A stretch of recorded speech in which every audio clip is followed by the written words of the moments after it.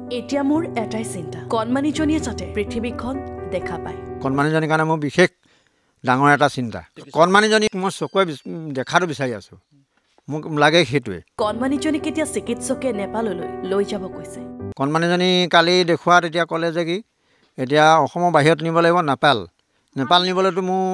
শকতি নাই কিছুদিন পূৰ্বে এখন কম্বলৰ বাবে ৰাজ্যক সহায় বিচাৰিছিল লখিমপুৰৰ এটা পৰিয়ালে ক'বলৈ লাজ লগাই কথা মোৰ এতিয়া ঠাণ্ডা হ'বই নাই আৰু বহুত অসুবিধাৰ বিনিময়ত আমি অতিবাহিত কৰি আছোঁ এখন গৰম কাপোৰৰ বাবে নিশা উজাগৰে থকা পৰিয়ালটোৰ বাতৰি প্ৰচাৰ হৈছিল লখিমপুৰ টুডে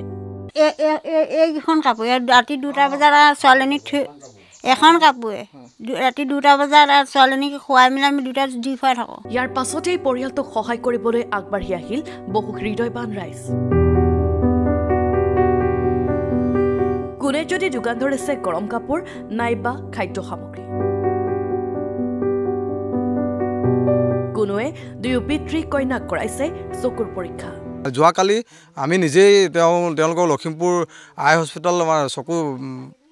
চিকিৎসালয়ত লৈ গৈছিলোঁ লৈ যোৱাৰ পিছত তাত আমি দেখাইছিলোঁ চকু চিকিৎসক গৌতম দলে ছাৰক তেওঁ চিকিৎসা কৰি গম পালে যে দেউতাকৰ অপাৰেশ্যন কৰাটো ইমান সম্ভৱ নহয় যদিও কিন্তু কণমানিজনীক আমি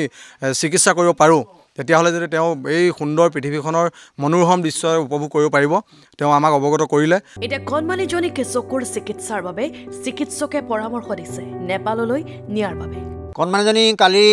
লৈ গৈছিলোঁ তেওঁ চোৱা চিতা কৰিলে আৰু চোৱা চিতা কৰি কৈছে যে ইয়াত শিশু নহয় যদি অকণমান ডাঙৰ হ'লেহেঁতেন তেতিয়া ইয়াতে চিকিৎসা কৰিব পাৰিলোঁ হয় কিন্তু এতিয়া আমি নোৱাৰোঁ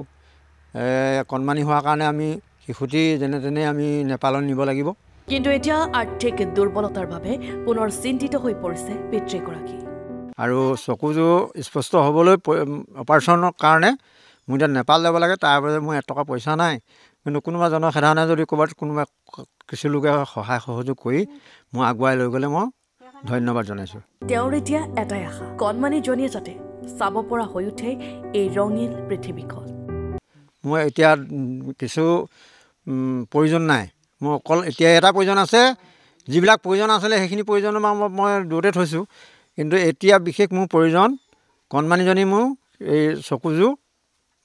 স্পষ্ট হ'ব লাগে পৰিয়ালটোক হিত নিবাৰণৰ বাবে সহায় কৰা সকলোকে ধন্যবাদ জনাইছে এতিয়া দুৰ্ভগীয়া পিতৃয়ে ৰাইজৰ ফালৰ পৰা সহায় যথেষ্টই পাইছোঁ যেনে ধৰক কোনোবাই ব্লেংকেট আনি দিছে কোনোবাই ধৰক কাপোৰ আনি দিছে কোনোবাই পিন্ধা কাপোৰ আনি দিছে কোনোবাই খোৱা সামগ্ৰী আনি দিছে কোনো লোকে ধৰক কিবা শাক চব্জিৰ পৰা ধৰি সিটো আনি দিছে এনেকৈ বহু সহায় পাইছোঁ আৰু সহায় পোৱা সকলোলৈ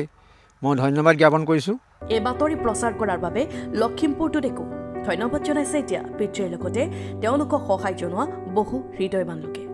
লখিমপুৰ টুডে সকলোলৈ মোক অশেষ ধন্যবাদ মই জ্ঞাপন কৰিছোঁ যিখিনি সহায় কৰিছে আৰু সেইখিনি সহায় মই বিৰাট উপকৃত হৈছোঁ আৰু যিখিনি মোৰ যাৱতীয় বস্তু নাছিল সকলোখিনিৰ পৰা মই উপকৃত হৈছোঁ আৰু আমি ধন্যবাদ পুনৰবাৰ জনাইছোঁ লখিমপুৰ টুডেক তেখেতসকলে এনেকুৱা ধৰণৰ এটা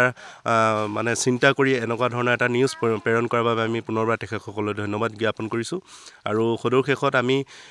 যিমানখিনিলৈকে আমি এই পৰিয়ালটোৰ লগত থাকিম আৰু আমি কথা দিছোঁ যে আমি আৰ্থিক ক্ষেত্ৰত কিছু সহায় সহযোগিতা আগবঢ়াম মই লখিমপুৰ টুডেক ধন্যবাদ জ্ঞাপন কৰিছোঁ আপোনালোকে আহি এনেকুৱা এটা ভিতৰুৱা অঞ্চলত আহি দৰিদ্ৰ সীমাৰেখাত লোৱা মানুহৰ